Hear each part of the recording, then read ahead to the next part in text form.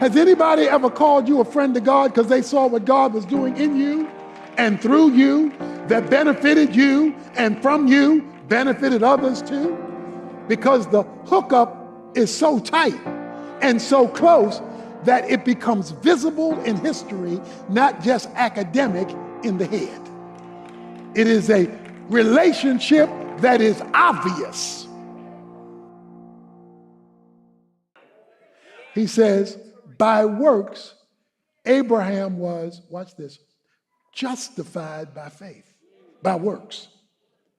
Wait a minute, that's an odd term. The Bible talks about justification by faith. Paul talks about that all the time. You're justified by faith alone. You're justified by faith apart from works, because he's talking about going to heaven. But now we have a whole different use of the word justification in James 2. He says there's a second justification, by works. The justification by faith has to do with eternal destiny. The justification by works has to do with God's intervention in history, in your life, in our lives, in our circumstances, in our prayers answered, in the power given, in the victory over, in the deliverances, in the circumstances of life. That has to come because you're declared righteous by your work, not by your belief system. He says that his faith was perfected. The word perfected means matured. It developed. His faith grew. You don't grow faith by looking for faith. You grow faith by doing the work. Because by his work, his faith was perfected. It matured. He had a bigger view of God. He had a bigger view of God's power, purpose, intervention. It all grew. If you want more faith, do more work. That is, not just busy work, but the application of biblical truth in life's decisions. That is called obedience in Scripture. When the work is tied to the faith, then the faith grows. In the Olympics, you have high jumpers. They can jump about 8 feet, springing off the ground. But you also have pole vaulters. Pole vaulters can go 18 feet.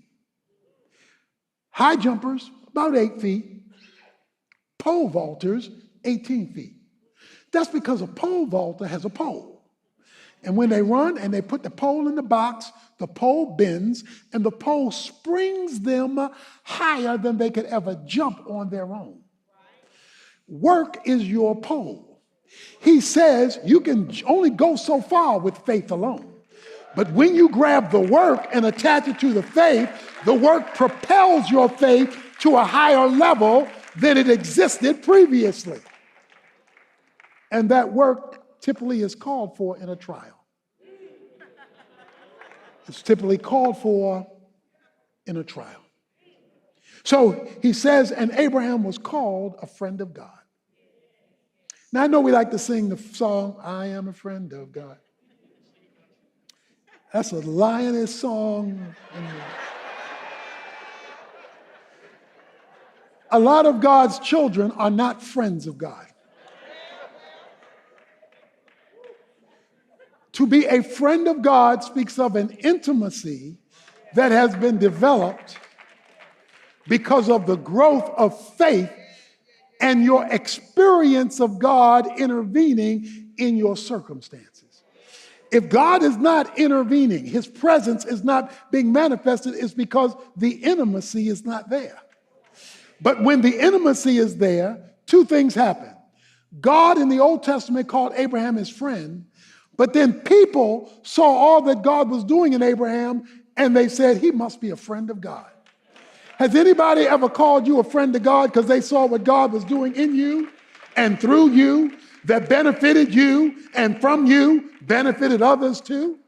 Because the hookup is so tight and so close that it becomes visible in history, not just academic in the head.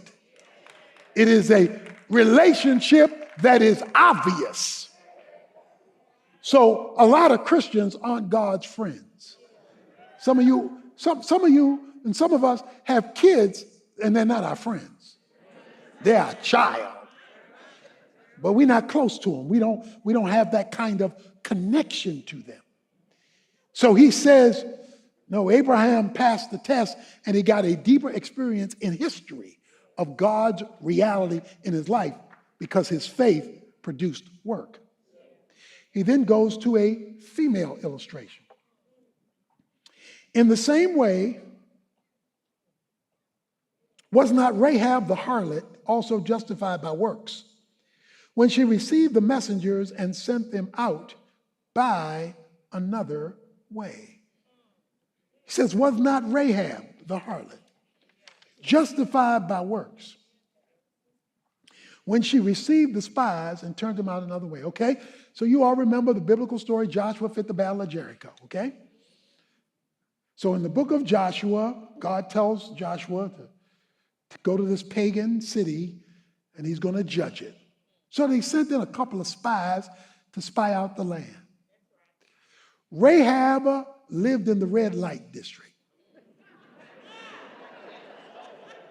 Wherever you see Rahab's name in the New Testament, her occupation is always attached to it. When the spies came, they thought the red light district would be a good place not to be detected.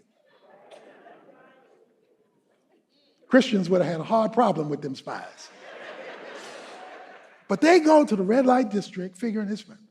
Rahab, the madam of the house, decides, she tells them, I have heard about your God. And I heard what he's been doing. And I believe in your God. She had a belief system. So she took them in by faith. The authorities discovered that the spies were at Rahab's crib.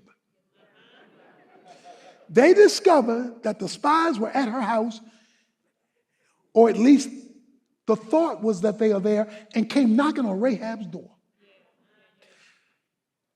Rahab, we heard that the spies are here from Israel. Is that true? She said, absolutely not. She lied. Now, parenthesis, because I know what you're saying. Does that mean it's okay to lie? Sometimes.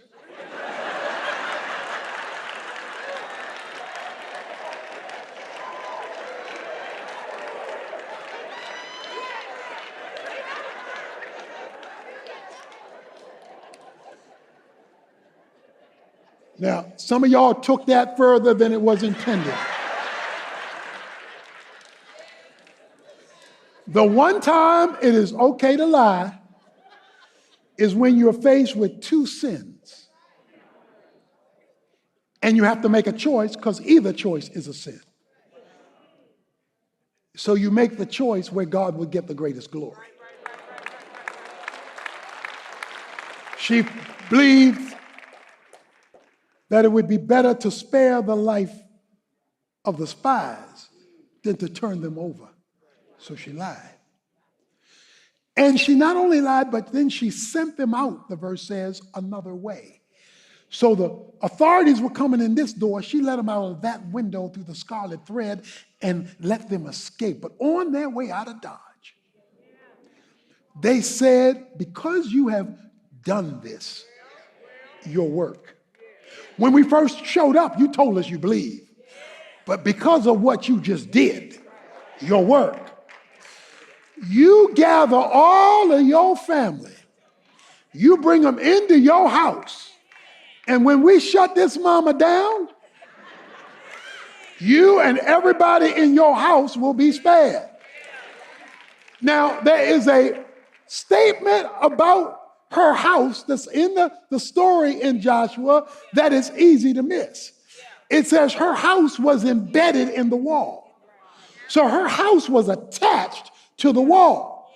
That means that when the walls of Jericho fell down, there was a piece of the wall still standing. There was a piece of the wall still operating because her house was attached. And because of that, this piece was testimony that God can cover you in history when everything is collapsing around you.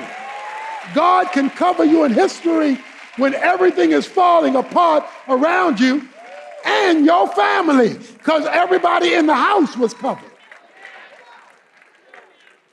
But not only that, God not only saved her life, he changed her legacy and he changed her destiny.